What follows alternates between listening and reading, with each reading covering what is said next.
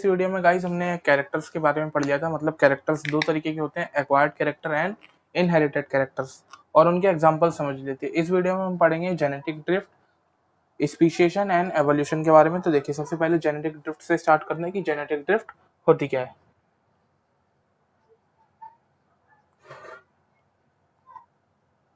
Genetic drift को एक तरीके से गाइस हम नेचुरल सिलेक्शन भी बोल सकते हैं, कि ये नेचर क्या करता है, खुद एक तरीके से सिलेक्ट करता है कि कौन सी जो स्पीशीज है वो रहेंगी या फिर कौन सी स्पीशीज नहीं रहेंगी। देखिए, मान लीजिए हमारे पास एक जगह पर बीटल्स जो थे वो बीटल्स रह रहे थे। यहाँ पर क्या थे, रेड बीटल्स जो थे वो ग्रीन लीव्स के ऊपर रह रहे हैं। Red Beatles leaves on green leaves. तो जब ये लाल कलर के बीटल ग्रीन लीव्स पे रहेंगे तो क्रो वगैरह क्या करेंगे, इन्हें इजीली खा जाएंगे, ईटन अप बाय क्रो। अब मान लीजिए कोई भी एक इनमें से बीटल था, तो क्या होगा, जब इन्हें क्रोज वगैरह खा रहे होंगे तो इनकी पॉपुलेशन धीरे धीरे धीरे धीरे करके डिक्रीज होने लगेगी। अब इनमें से मान लीजिए किसी भी एक बीटल के अंदर क्या हो गया, म्यूटेशन हो गया, उसके डीएनए में चेंज हो गया। तो अब म्यूटेशन के कारण क्या बन गया, मान लीजिए इनमें से कोई एक जो बीटल था वो ग्रीन कलर का, वो मान लीजिए ग्रीन कलर का बन गया। बाकी सारे बीटल्स तो अभी भी वैसे ही हैं जो पहले थे, लेकिन एक जो बीटल है मान लीजिए उसमें म्यूटेशन हुआ, उसके डीएनए में चेंज हुआ और वो अब कैसा बन गया, ग्रीन कलर का। तो देखिए, अब मान लीजिए कि जिस पत्ती पर या फिर जहां पर भी ये सारे के सारे बीटल्स बैठे हुए थे, वहां से ना कुछ जानवरों का झुंड जा रहा था। मान लीजिए कोई हाथी वगैरह थे, वो चल रहे थे, तो चलते चलते क्या हुआ, किसी भी हाथी का पर्टिकुलर जो एक पैर था वो मान लीजिए उन बीटल्स पे पड़ा जिनके डीएनए में कोई भी म्यूटेशन नहीं हुआ था। मतलब जो हमारे पास कैसे थे, रेड बीटल्स थे, उन रेड बीटल्स पे क्या पड़ा, जो कोई भी हाथियों का झुंड जा रहा था उसमें से किसी भी एक एलिफेंट ने क्या करा, अपना फुट रख दिया। तो उसके कारण क्या होगा, जो हमारे पास रेड बीटल्स की पूरी एक स्पीशीज थी या फिर जो प्रजाति थी वो पूरी तरीके से खत्म हो जाएगी। और अब यहाँ पे बचा क्या है, ग्रीन वाले बीटल्स। तो ये ग्रीन वाले बीटल्स क्या करेंगे, आगे अपनी जो जनरेशन है उसे आगे बढ़ाएंगे, मतलब रिप्रोडक्शन से अपने और ऐसे ही ऑफस्प्रिंग पैदा करेंगे। तो सिर्फ और सिर्फ वहां पर क्या बचेंगे, ग्रीन कलर के बीटल्स ही बचेंगे। तो इसमें अगर हम देखें यहाँ पर क्या हुआ था, पिछले अगर हम देखें इनहेरिटेड कैरेक्टर में क्या होता, सिर्फ जो प्रीवियस वीडियो में पढ़ा था उसमें म्यूटेशन के कारण एक बीटल ने अपना कलर चेंज करा था और बाकी सारे बीटल्स को क्रो खा गए थे। लेकिन यहाँ पे क्या हुआ है, म्यूटेशन के कारण एक बीटल ग्रीन हो गया, लेकिन जो बाकी सारे थे उन्हें किसी ने खाया नहीं। वो क्या हुआ, नेचर के कारण या फिर किसी भी प्रोसेस के कारण वो अपने आप ही खुद ही डेड हो गए। कि मान लीजिए हाथियों का झुंड जा रहा था, उसमें से एक हाथी ने इन पे पैर रख दिया, जिसके कारण जितने भी लाल बीटल्स थे उनकी सारी की सारी जो पॉपुलेशन थी वो खत्म हो गई और ग्रीन वाले बचे। यहाँ पर ऐसा भी हो सकता था कि हाथियों का जो झुंड था वो इस अकेले ग्रीन वाले पर पैर रख देता तो सिर्फ रेड वाले बचते। तो ये पूरा का पूरा नेचर पे डिपेंड करता है कि नेचर किस चीज को सिलेक्ट करेगा। तो इसलिए इसे बोला जाता है जेनेटिकल ड्रिफ्ट या फिर नेचुरल सिलेक्शन। अब देख लेते हैं स्पीशिएशन के बारे में गाइस, की स्पीशिएशन क्या होती है।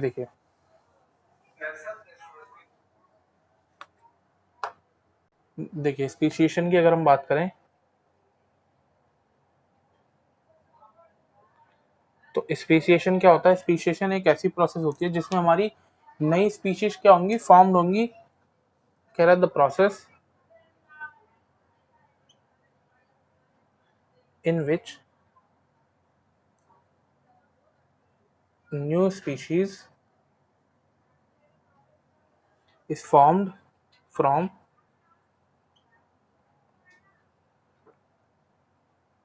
pre-existing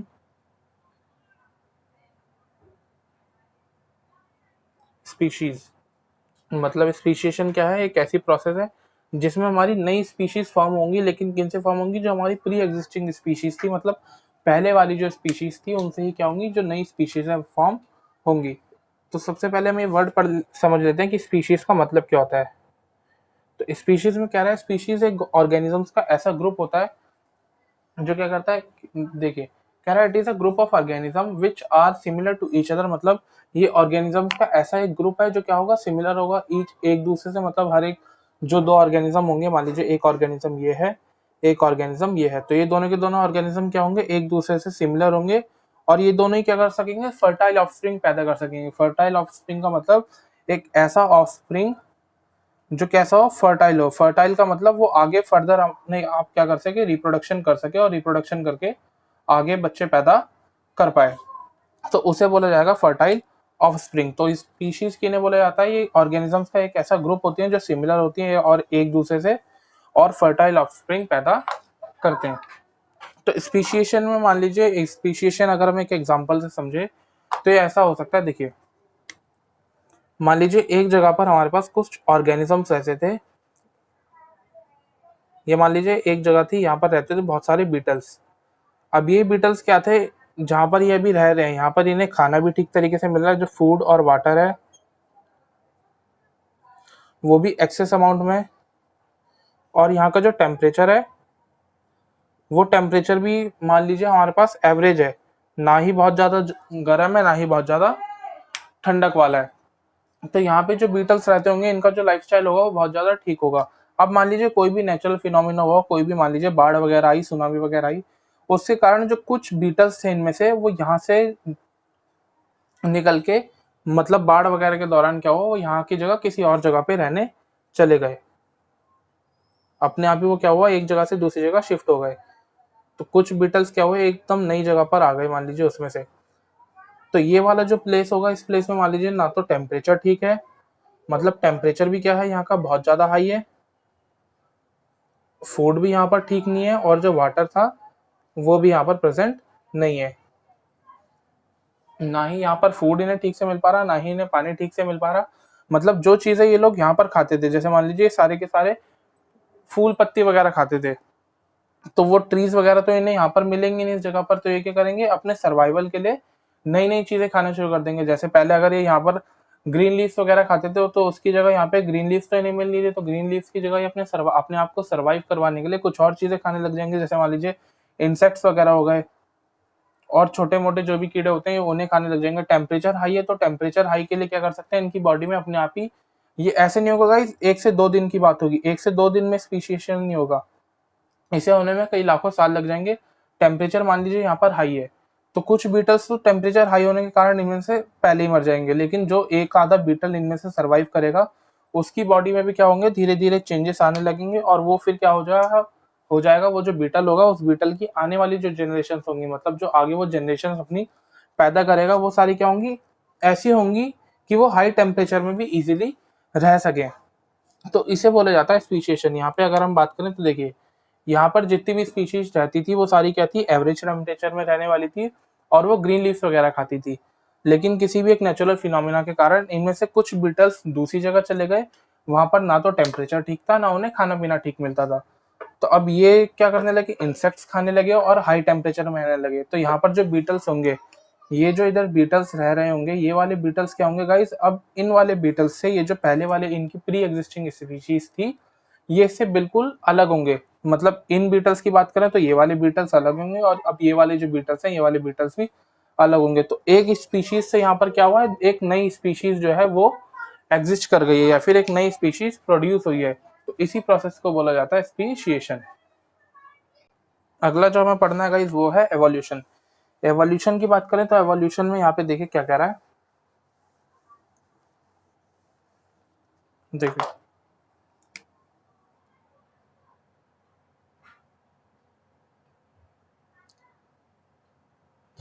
एवोल्यूशन में यहाँ पे बता रहा है, these are the changes that takes place in living organisms over a million of year in order to better survive in environment. मतलब ये ऐसे हमारे चेंजेस हैं जो लिविंग ऑर्गेनिज्म के अंदर मिलियंस ऑफ ईयर अगो में हुए हैं। मतलब लाखों करोड़ों सालों में किसी भी लिविंग ऑर्गेनिजम्स में जो भी चेंजेस आए हैं, वो चेंजेस आए किस कारण है, सर्वाइवल के लिए, ताकि वो बेटरली सर्वाइव कर सकें।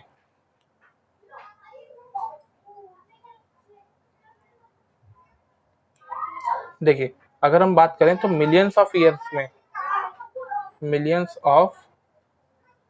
ईयर्स में लिविंग ऑर्गेनिजम्स में जो भी चेंजेस आए हैं किस कारण, सर्वाइवल के कारण। सर्वाइवल का मतलब है उन्हें सर्वाइव करने के लिए जो भी उन्होंने उनकी बॉडी में चेंजेस आए। जैसे मान लीजिए पहले अर्थ जो थी, अर्थ के अंदर जो टेम्परेचर था या फिर क्लाइमेटिकल चेंजेस बहुत आते थे, मतलब कभी भी यहाँ पे बहुत ज्यादा या तो सर्दी पड़ने लगती थी या फिर बहुत ज्यादा गर्मी पड़ने लगती थी। तो उसके कारण जितने भी लिविंग ऑर्गेनिजम्स थे, उन लिविंग ऑर्गेनिजम्स की जो बॉडी थी वो एक तरीके से यूज टू हो गई थी अलग अलग एनवायरनमेंट के लिए, मतलब जब विंटर होगी तो वो विंटर वाले मौसम को भी एक तरीके से सहन कर पाएगी, और जब बहुत ज्यादा समर होगी, गर्मी होगी, तो वो गर्मी को भी ठीक तरीके से बर्दाश्त कर पाएगी। तो ये सारे क्या थे, उनके अंदर चेंजेस थे कि वो विंटर में भी सरवाइव कर पा रहे हैं और समर में भी सरवाइव कर पा रहे हैं। लेकिन कुछ ऑर्गेनिजम्स ऐसे होंगे इनमें से जो विंटर में सरवाइव नहीं कर पाए होंगे, और उनकी वहीं की वहीं जो पूरी की पूरी पॉपुलेशन थी वो डेड हो चुकी होगी। तो उसे बोला जाएगा, तो देखिए गाइस, इवोल्यूशन में क्या होगा, हमारे जितने भी लिविंग ऑर्गेनिजम्स थे उनके अंदर वो चेंजेस जो मिलियंस ऑफ ईयर्स अगो में आए, मिलियंस ऑफ ईयर्स में आए, मतलब कई लाखों करोड़ों सालों में आए, किस लिए, ताकि वो बेटरली सरवाइव कर सके अर्थ के ऊपर, उसे बोला जाता है एवोल्यूशन। जैसे अगर हम हमारी बात करें ह्यूमन बीइंग की, तो ह्यूमन बीइंग पहले एक तरीके से देखा जाए तो मंकीज में आते थे, मतलब बंदर वगैरह ही थे। हम चार पैरों पे चलते थे, हमारे पास एक पूंछ भी थी, लेकिन धीरे धीरे हमने सर्वाइवल करते रहे। हमने क्या करा, फिर धीरे धीरे दो पैरों पे चलना शुरू हुआ।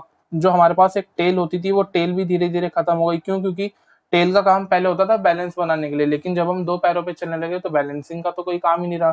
तो वो टेल भी धीरे धीरे हमारी बॉडी से अलग होती गई। तो इस पूरे जो फिनोमिना था कि हमारी बॉडी में लाखों करोड़ों सालों में सर्वाइवल के कारण जो भी चेंजेस आए हैं, उन सभी चेंजेस को हम बोलते हैं एवोल्यूशन की। हाँ भाई, एक जो जनरेशन थी, एक जो लिविंग ऑर्गेनिज्म थे, उसने अपने अंदर कुछ ना कुछ इवॉल्व किया, इवोल्यूशन किया है। तो एविडेंसेस ऑफ एवोल्यूशन, आप मान लीजिए मैं किसी इंसान को जाके बोलूं कि हाँ भाई हमारी बॉडी में एवोल्यूशन हुआ है, या फिर लिविंग ऑर्गेनिजम्स एवोल्यूशन करते हैं, तो इससे कोई इंसान मानने को तैयार नहीं हो जाएगा कि हाँ भाई एवोल्यूशन सच में होता है या फिर नहीं होता। तो उसके लिए कुछ एविडेंसेस हैं जो ये बताते हैं कि हाँ भाई एवोल्यूशन जैसी जो चीज है वो एक्चुअल में हैपन हुई है, मतलब एक्चुअल में वो होती है। देखिए,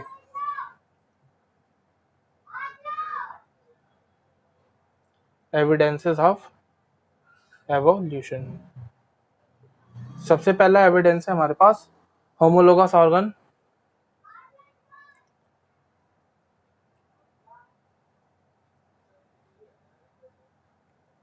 होमोलोगस ऑर्गन की बात करें तो देखिए, होमोलोगस ऑर्गन क्या होते हैं, these organ have same basic structure but perform different functions. मतलब होमोलोगस ऑर्गन किन्हें बोलते हैं हम, जिनका जो बेसिक स्ट्रक्चर होगा वो तो सेम होगा। बेसिक स्ट्रक्चर क्या होगा इनका,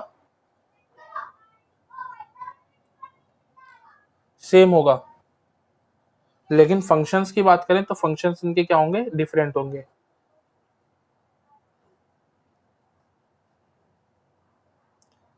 तो अब ऐसी कौन कौन सी चीज होती है, इसका एग्जांपल क्या हो जाएगा होमोलोगस ऑर्गन का, देखिए flippers of well, flippers of well, पॉ ऑफ चीता,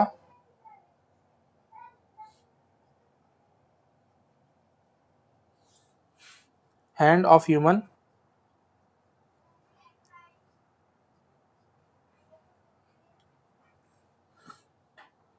विंग ऑफ बैट,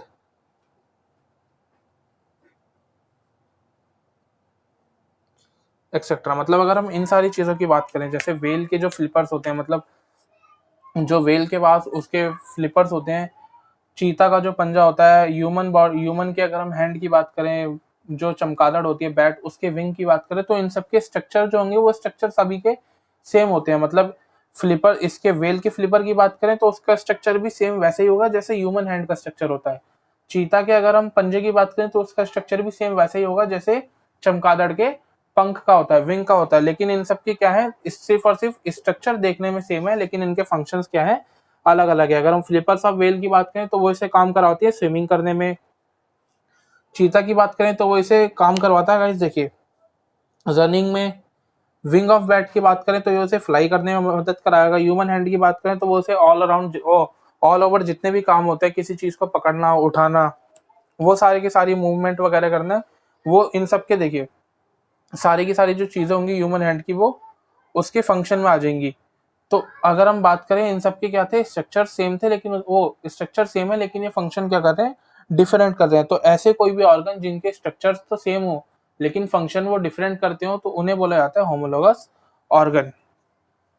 इसी की तरीके से एक दूसरा भी होता है, उसे हम बोलते हैं एनालॉगस ऑर्गन। एनालॉगस ऑर्गन में क्या होगा, देखिए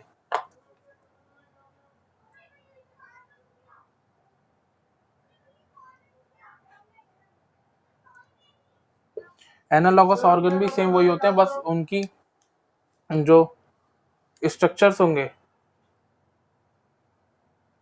उनके स्ट्रक्चर्स डिफरेंट होते हैं। देखिए, लेकिन इनके जो फंक्शंस होंगे वो फंक्शंस सेम होंगे। होमोलोगस ऑर्गन में क्या था, स्ट्रक्चर सेम थे लेकिन फंक्शन डिफरेंट थे। यहाँ पर स्ट्रक्चर एनालॉगस ऑर्गन क्या होते हैं, सेम अपोजिट होते हैं हमारे होमोलोगस वाले के। इनका क्या होता है, जो स्ट्रक्चर होता है वो स्ट्रक्चर डिफरेंट होता है लेकिन फंक्शन सारे सेम होते हैं। इसके एग्जांपल्स की बात करें तो इसके एग्जांपल्स में आ जाएगा हमारे पास विंग ऑफ बैट,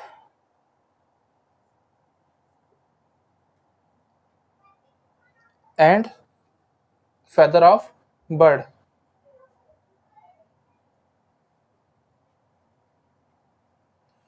अगर हम विंग ऑफ बैट की बात करें तो इसका भी काम क्या होता है, चमगादड़ को उड़ाना। फेदर ऑफ बर्ड की बात करें, किसी भी पक्षी के जो फेदर्स होते हैं उनका भी काम क्या होता है, उसको फ्लाई करने में मदद करना। लेकिन दोनों के जो स्ट्रक्चर्स होते हैं वो स्ट्रक्चर क्या होंगे, डिफरेंट होंगे। तो ये हमारा एग्जांपल है एनालॉगस ऑर्गन का। एक टाइप के ऑर्गन गाइस हमारी बॉडी में और होते हैं जिन्हें हम बोलते हैं वेस्टिजिकल ऑर्गन। तो उन्हें भी समझ लेते हैं कि वेस्टिजिकल ऑर्गन क्या होते हैं।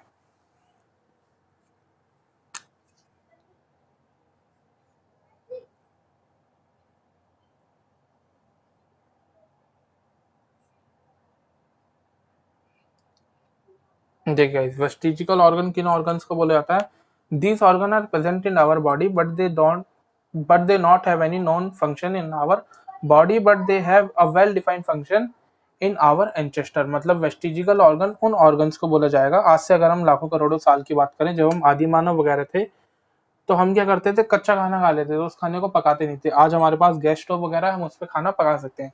लेकिन पहले के जमाने में हम क्या करते थे, जो भी मांस वगैरह लिया या फिर जो सब्जियां वगैरह थी उन्हें कच्चा ही खा लेते थे।